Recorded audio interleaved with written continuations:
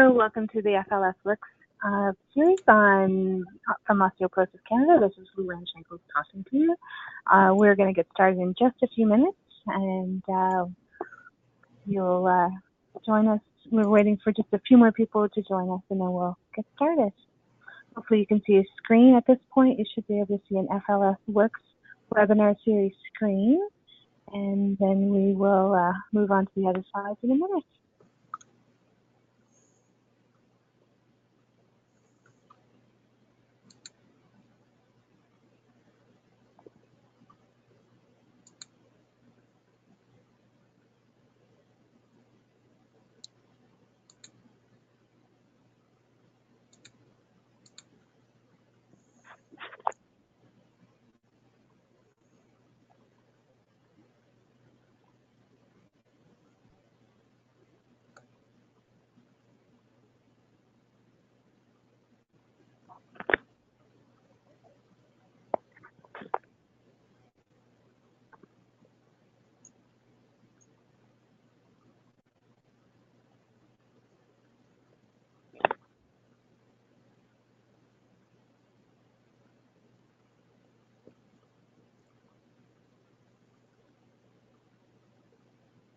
So it's 1 o'clock now, and I see we have a few attendees in place. So again, it's Luann Shankles. I'm talking to you to start up the FLS Works webinar series. I'm going to chat here for a minute before we give the floor to Dr. Diane Theriault, and while hopefully a few more people will join with us. So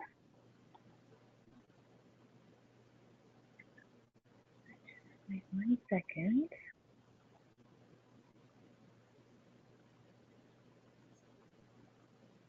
I'm supposed to advance my slides, and for some reason it's not advancing. We've had kind of a crazy day here in Nova Scotia with power outages.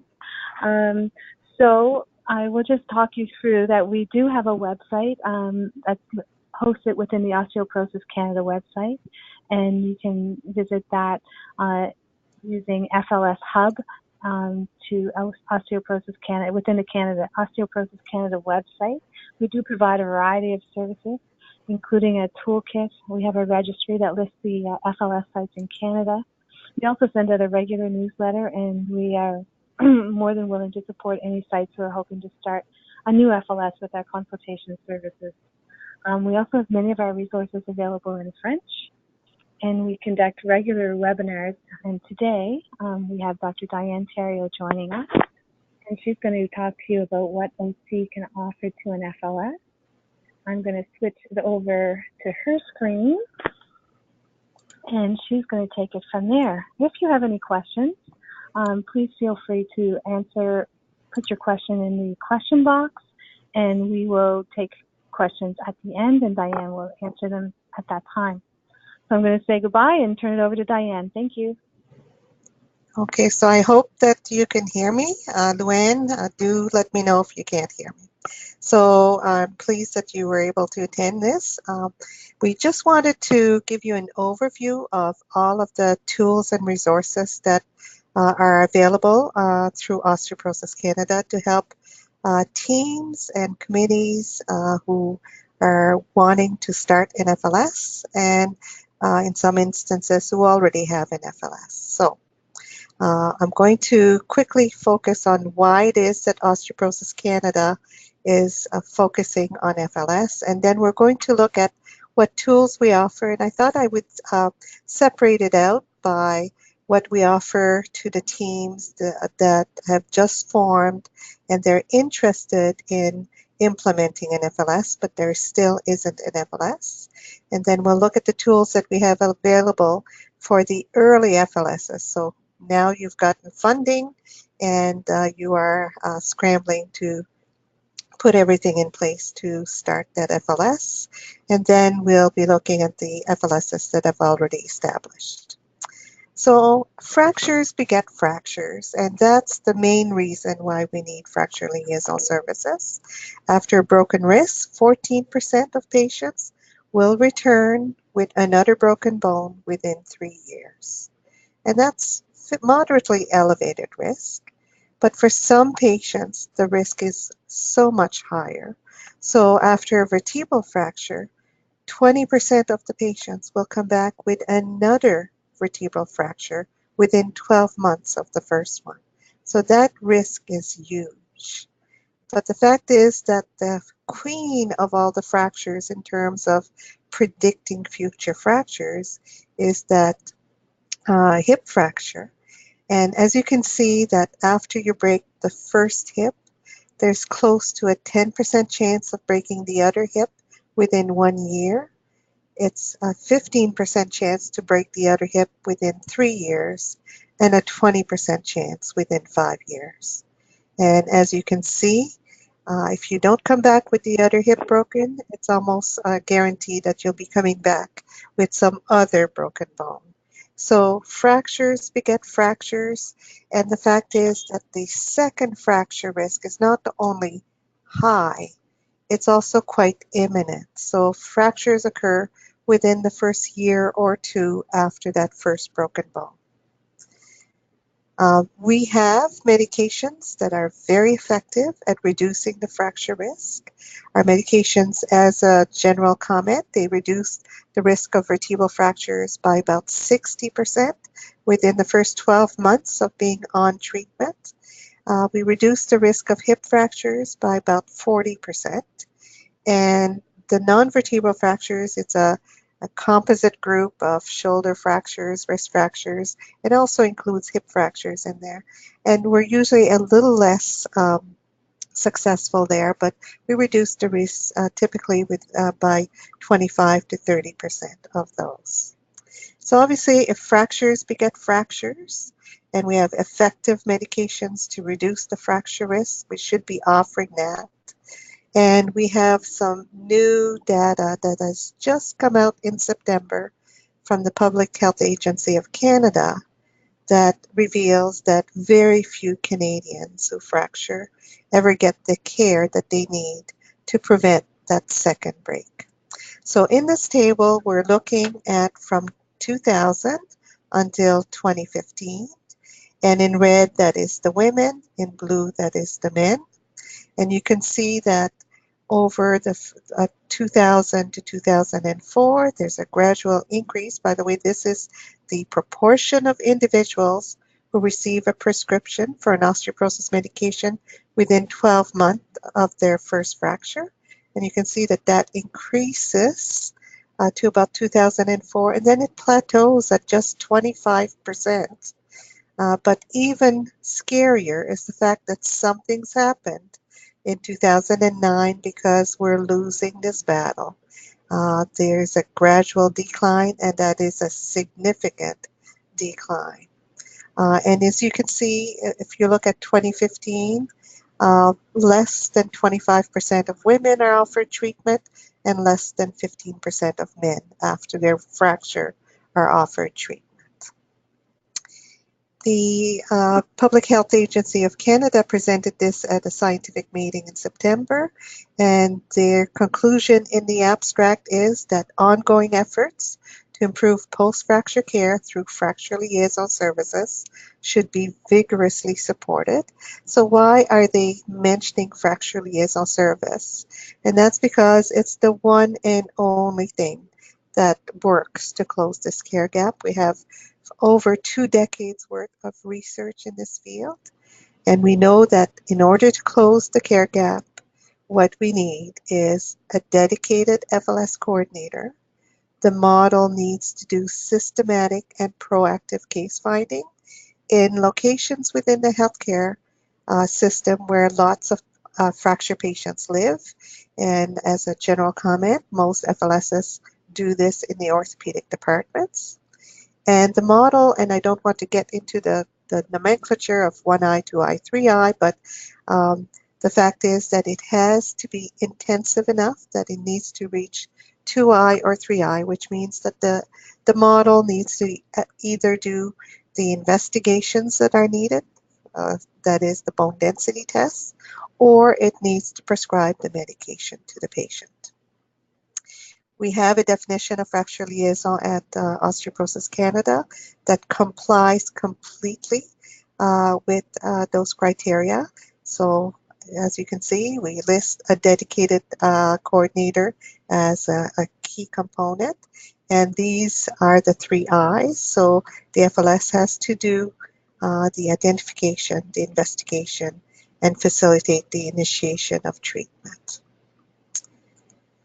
So now that you know that we're focusing on FLS, you need to know that we have very few FLSs in Canada. So for the most part, a lot of the work that we do is to offer assistance to groups that are forming together who want to implement an FLS at their hospital. So we're going to go over some of the tools that we offer, and I will say that this is a collaborative effort. There's no doubt at all that we cannot make an FLS happen in Saskatchewan, for example, out of Toronto or out of where I am at, which is in Nova Scotia. The people who will make an FLS happen will be the local people. So in terms of supporting the FLSs, for all of the work that we're going to be listing here, myself and Luann Schenkels, so we're the National FLS team for Osteoporosis Canada.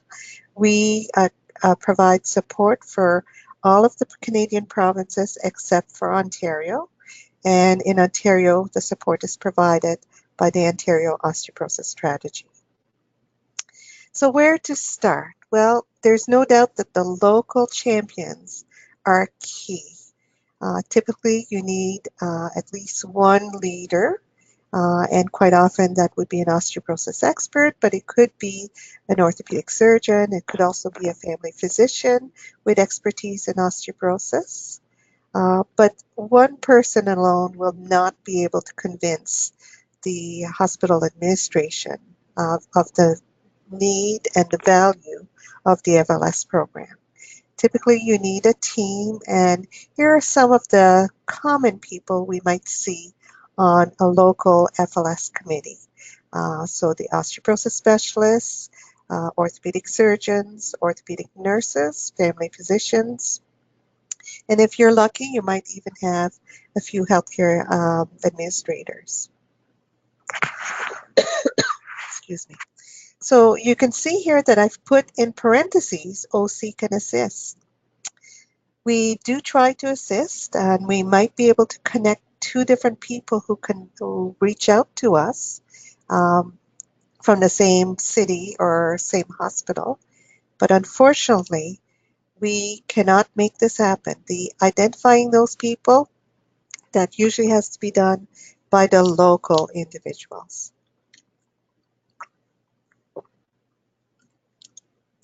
So in terms of your tasks, once you form an FLS team, you need to all agree together on exactly what type of FLS you want. My apologies. If you are a regional team, so you could be a team from a district health authority, for example, you may need to decide which hospital would get the first FLS and whether you're going big or going small.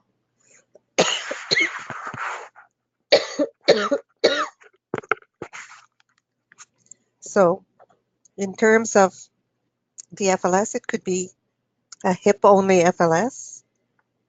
It could be an outpatient-only FLS, or it could be a full FLS that is located both in inpatients and outpatients. And I think you can appreciate that the upfront costs for these will be different. Osteoporosis Canada can assist by answering questions. We can do that by email. We can also attend your local meetings by telephone conference call and offer some support that way. In terms of the approach, so once your group has a consensus as to what type of FLS you may want, the next task will be to approach the healthcare administration. And identifying the key healthcare administrator is actually quite a complicated task. There's currently no FLS in the healthcare system, and it's not obvious where the home might be for your FLS within your own healthcare system. And the fact is, as we look across Canada, the fracture liaison service, some of them are located under orthopedic departments. Some of them, for example, in Nova Scotia, are located under chronic disease management, which falls under primary health care. So nothing to do with orthopedic department, even though the FLS does its work in the orthopedic clinic and on the orthopedic ward. So identifying that key healthcare administrator usually necessitates a number of meetings to understand who might take this on. And you will need, as a group, to select some spokespersons from within your team. You will need to possibly have some documents that you will give to the healthcare administrators, so briefing notes, business case, PowerPoint presentations, and we can certainly assist you with that. But the fact is that those briefing notes, business cases, and PowerPoint presentations will need to have some local data. So in terms of assistance, we'll need some of that. So for the new teams that are looking to implement an FLS in the future, we can offer some education to make people fully aware of the FLS science. The support is often done in distance. We can offer tools on the OC FLS Hub, and I'll go over some of these. We offer some webinars like this one today. And very rarely, if we have funding and opportunity, we might even be able to offer in-person education. In terms of supporting the approach to the healthcare administrators, those business notes, briefing notes, business cases, and presentations, we would need your help to provide us with the local data. For example, how many hip fractures a year are admitted to your hospital? What's the salary cost for a nurse in your hospital, for example? All of these things will be required in order that these documents can be drafted. So I want to introduce you to our FLS Hub. So this is the website up here. And before we go any further, I will tell you that everything we have on the Hub is available both in English and en français under the name of Carrefour FLS. So if you go on our tools and resources, so if you click on this icon here, you will get our total menu of resources, and you can see we have a lot of them. And I'm going to focus on the ones that might be more useful to a team that still doesn't have an FLS. So our FLS toolkit, this is a document that was created to help the uninitiated to FLS understand the need and what the purpose of an FLS. This is a brochure that we can provide you copies of, and it's a good brochure to give to administrators, for example. But I think, and I'll show you some of the content. So it covers the post-fracture care gap. It covers the models that are cost-effective and clinically effective, the business case for FLS, and etc. But I think for the team itself that is working on this, the appendices to the toolkit that would be most relevant would be Appendix B, which gives you the fracture incidence and costs by province, and we can adapt those numbers to your local jurisdiction. So for example, if you wanted to do this by district health authority instead of the entire province, we can adapt those numbers. Appendix E is a generic FLS business case template, so that is pretty easy to use. It's a Word document, and you can adapt it to whatever way you want because you can make changes to it. Appendix F goes over the potential cost savings of an FLS by province. We have an appendix on how to start and expand your FLS and a step-by-step guide to setting up your FLS. No matter at which stage of the FLS implementation you are, you would want to become very familiar with Osteoporosis Canada's 8 essential elements of FLS. These are the absolute bare minimum criteria that are processes that an FLS should have in order to be effective. And I want to emphasize this. It means that if you have 7 out of 8, that missing one is probably going to make it such that your model will be less than successful. So it's very important that you become familiar with these. What else do we offer? Well, we offer these webinars, and some of the webinars that we've offered, by the way, all of our webinars do get posted on our FLS Hub. So some of the past webinars included things like the care gap, a webinar on FLS, one on essential elements, and one on building a business case for your FLS. So they can be useful tools to you in terms of orienting you to some of the essential processes you'll have to do in order to capture the attention of your healthcare administrators. I want to also tell you that we offer a free consultation service, and it's very and I would say that earlier is so much better than late.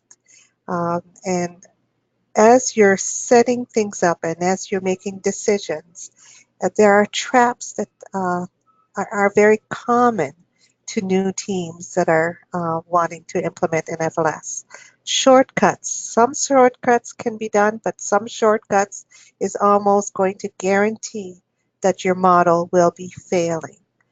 So we can offer assistance, we can review your proposed model, we can review your proposed business case, your briefing notes, your presentations to make sure that everything is medically accurate. So let's move now to the FLSs where you've done all of this work. You've actually managed to grab the attention of your healthcare administrators, and funding is now going to come your way. So now it's getting to be very real. You're looking to hire someone, and then you're looking to implement the FLS. As I've mentioned, common mistakes are common, and I usually call them traps because they're so easy to fall into.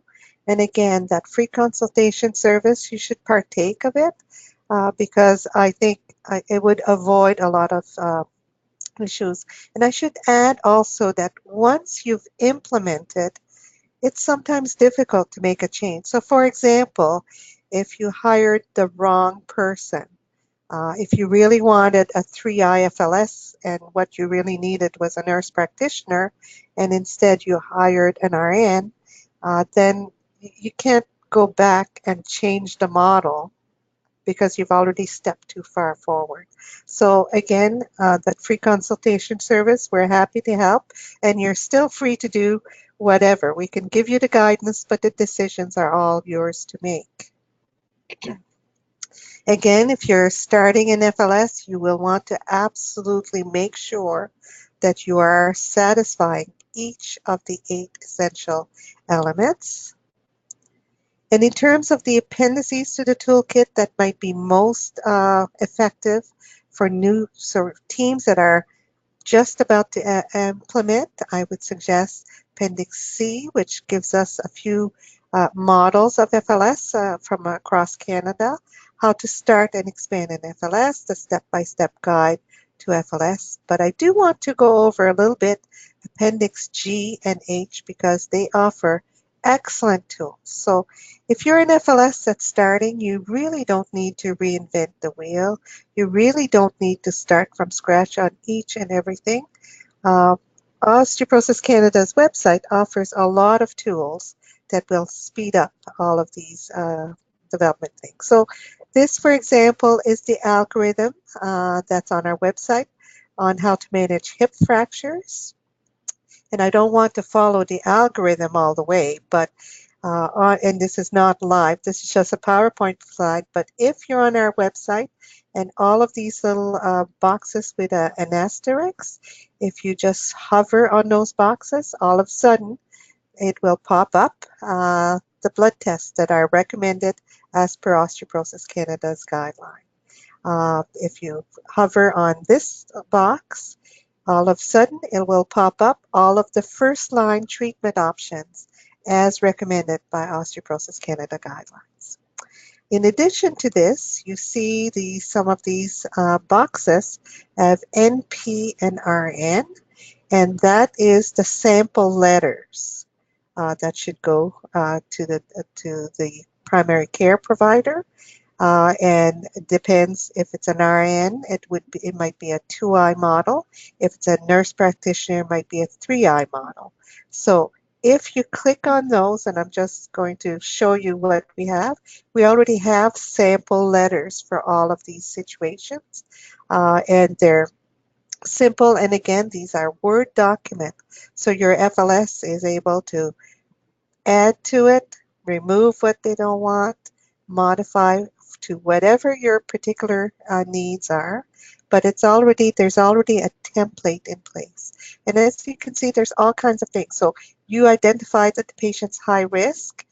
There's not just one letter. So maybe the patient's not on treatment, they need a letter to encourage the family physician to start treatment.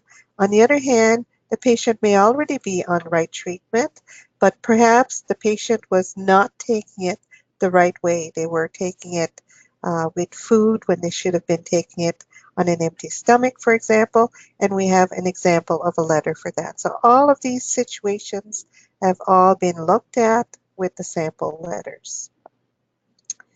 Appendix H will also be very useful to the uh, um, groups where it's very imminent that they're going to be implementing an FLS. So we have a sample medical directive. So a medical directive is a document, and that may have a different name in different provinces, but basically it's a document that gives um, authority to healthcare professionals to have an expanded scope of practice. So if I use the example of the FLSs in Nova Scotia, we have hired RNs, and they have an expanded scope of practice through a medical directive whereby the RN independently can order bone density testing as well as blood work. So we have the sample medical directive, and again, you can adapt that to your need. We have a sample job description if your FLS is going to hire a nurse practitioner. We have a different job description if your FLS is planning to hire a RN, for example.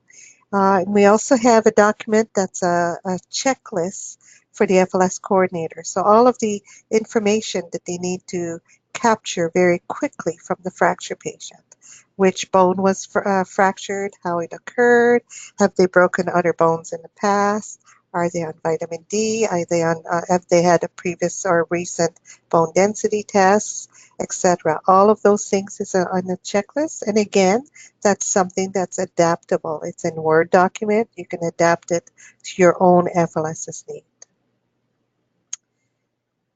In terms of the new FLS coordinator that you will hire, it's almost a guarantee that there isn't someone in your jurisdiction who's going to come already fully trained on osteoporosis and fully knowledgeable exactly what an FLS does and what he or she needs to do on a day-to-day basis as they interact with the patients. There will be some need from some education. In most provinces, the first FLS coordinator needs to be trained outside of province. So for example, when we set up our first fracture liaison in Nova Scotia, we sent our RN to Toronto at St. Mike's Hospital to do their training. So we currently do not have a FLS coordinators course per se, but we can certainly assist in finding an appropriate location for your FLS nurse to train. And we can also offer some mentorship. So the mentorship could be offered to the FLS coordinator. We could also offer mentorship in terms of the FLS medical lead to an FLS medical lead. And typically, we would try to make that connection with a similar type of FLS. So, for example, uh, if you're planning to do a hip-only FLS, we would try to connect you with another hospital that already has lots of experience with doing a hip-only FLS.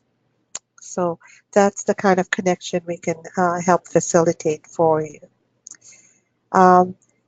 Essential element number 8 is the fact that the FLS needs to collect data to determine whether it's effective or not. And for a lot of people, they tend to think that this is just like a lot of extra work and perhaps not needed. But I can tell you that if you're a brand new FLS setting up shop, it won't be long that the healthcare administrators will be coming to request to whether or not you're making an impact. And if you did not collect any data, you're going to be really in a pickle.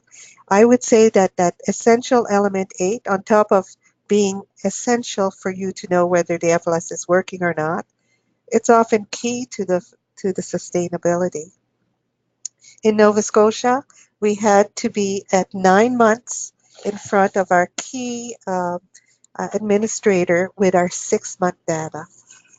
And we had to be back again with our 1-year data. So typically with a new program, you're under a microscope a bit. You need to have data and you need to collect it from the get-go. Otherwise, you will have no data to share with your administrators. If you set up an FLS and you satisfy all of the 8 essential elements, I would strongly recommend you to submit to OC's FLS registry. On our registry, we showcase only the FLSs that are adherent to the 8 essential elements. So big showcase on the registry can help support your sustainability as well. So that's something you should consider. So I'll go over now what we offer for the established FLSs. And quite obviously, there is less for us to offer to the established FLSs. In fact, a lot of the established FLSs in Canada, they're the ones who gave us all of those tools and resources that we've put on the FLS Hub. So in terms of what we can do to help them, it's a smaller amount. But we have formed an FLS Coordinators Committee. All of the FLS coordinators are invited to sit on this committee, and it is an opportunity for them to network with other FLS coordinators, to share their tools. Sometimes they have a similar challenge or obstacle, and some of the FLS coordinators from other provinces might be able to say, but this is what we did to help solve that in our province. So that's a very good networking opportunity. We've also done an educational needs assessment of the FLS coordinators. So we know what their needs are, and we actually offer educational webinars just to them on some of the topics that they've identified. They've also identified for us some tools that they need for their patients. For example, communication tools. And so we are working on drafting some of these. But I think probably the one thing that we offer that's most important for the established FLSs is the key FLS indicators.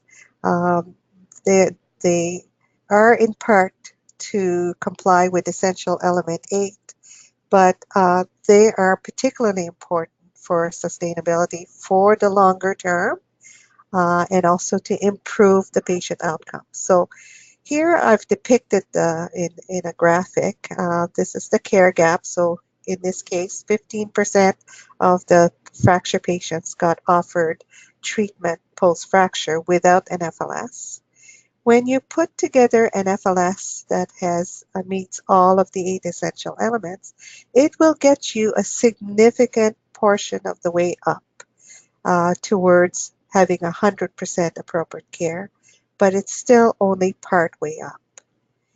If you want your FLS to really excel, you need to do a lot more than just essential elements. And that will mean that you will measure your outcomes, that you will try and find barriers and remove them, that you'd like to compare your FLS with other FLSs, and you can sometimes learn from other FLSs. So the Plan, Do, Study, Act cycle is key to all FLSs. And by the way, this is not just a Canadian recommendation. If you look at the UK and you look at the IOF and you look at New Zealand, where they all have clinical standards for fracture liaison services, all of them recommend this continuous quality improvement. As a country as a whole, however, it's also important because as all of the FLSs get better and better and better through this, what we accept as a standard in 2012 is probably not going to be what we're going to accept as the standard for FLSs in 2025. Things improve, FLSs tweak and get so much better. The expectation of the FLSs will be higher over time because those expectations will mean that the patient outcomes are much better. So the purpose of this exercise is really to find the intrinsic and the extrinsic barriers. Some of the barriers will be a function of the FLS's design. So for example, if your FLS has a lot of exclusion criteria, all of a sudden you may find that you're excluding most patients, and then the patient outcomes are going to reflect that because you're leaving a lot of patients behind that maybe other FLSs are not excluding. So that would be an intrinsic barrier. But there are also extrinsic barriers, and I must say that most of the time, the most common barriers are extrinsic. So for example, if you only get funding for a 0.5 FTE or a half-time FLS coordinator at a very busy hospital that offers orthopedics clinics every day, for example. Obviously, if you can only attend the orthopedic clinics on Mondays and Tuesdays, then you're leaving behind all of the patients on Wednesday, Thursday, and Friday. So obviously, that is an extrinsic barrier that the FLS itself needs to advocate to get the improved funding. Sometimes it's an issue of access to BMD. So it could be that the BMD is far away or that there's a very long wait time for BMD. Or sometimes it's the provincial pharmacare formulary for seniors, which might not have some of the effective osteoporosis medications on them. So it's important to identify these barriers. It's also important to try and work on them to remove them. And that's how, over time, the FLSs improve. So that's sort of an overview of what we offer for all stages of FLS implementation. The final thing I will mention is no matter which stage you are at, we would strongly encourage you to join the FLS network if you're interested in this topic. The FLS network does put out a liaison newsletter every month or two. We will give you updated information that might be of relevance to the FLS. We will also advertise these webinars in the liaison newsletter. So a good way to stay connected. So that's the overview of the tools. In terms of the support in the provinces, we reiterate the fact that Luann and myself, our role is to help the FLS champions in all provinces except for Ontario. And here's our email addresses if you would like to connect with us. If you are from Ontario, you can still connect with us and we will forward your question or request to the appropriate person who works for the Ontario Osteoporosis Strategy. So at this time, I will take questions. So, Luann, do you want to give instructions on that? Sure. If anyone has a question for Diane, they can write it in the question section, and I can read it out to the group, and then she will answer it. So we'll give you a few minutes to type in the question if you want. And there's also a chat box, and then also, of course, if you have a question that comes to you afterwards, you can email it to us at the email, and as well, there'll be a survey that is going to be sent to you in the next day that is a follow-up to this webinar, and there's a spot there that if you had a question, you could jot it in there. If you could, it would be great if you could complete that quick little questionnaire just for our records. This webinar will be posted on our archived webinar site probably within about 10 days. If you want to watch a rerun or if you want to share it with somebody else, then it will be there at that time.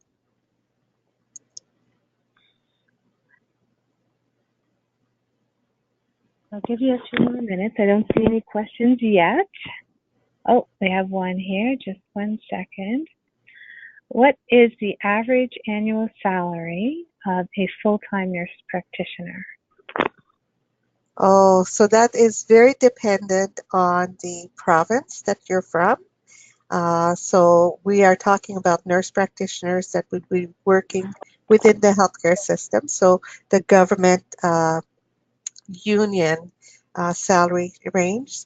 These are typically available. This is public documents. So if you go to your own government's website, you should be able to find out what it is. And unfortunately, it's not as simple as any nurse practitioner gets this.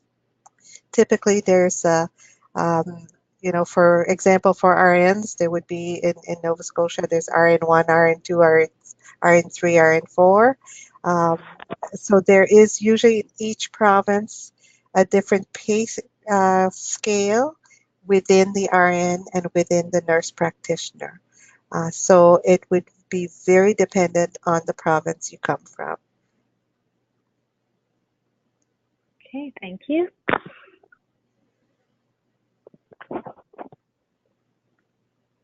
So, on that note, I see no more questions. If you have one that you're working on, just send me half of it and I'll start reading it, and then you can in the next half. And otherwise, again, if you have another question, feel free to put it in the survey, and you have our emails if you have a question directly for Dr. Theriault. So I think on that note, we will wrap up a little bit early. And thank you all for joining us. We look forward to you joining us in future webinars, and we hope that you found this one informative. Thank you, Dr. Theriault. You're welcome. Okay, bye-bye.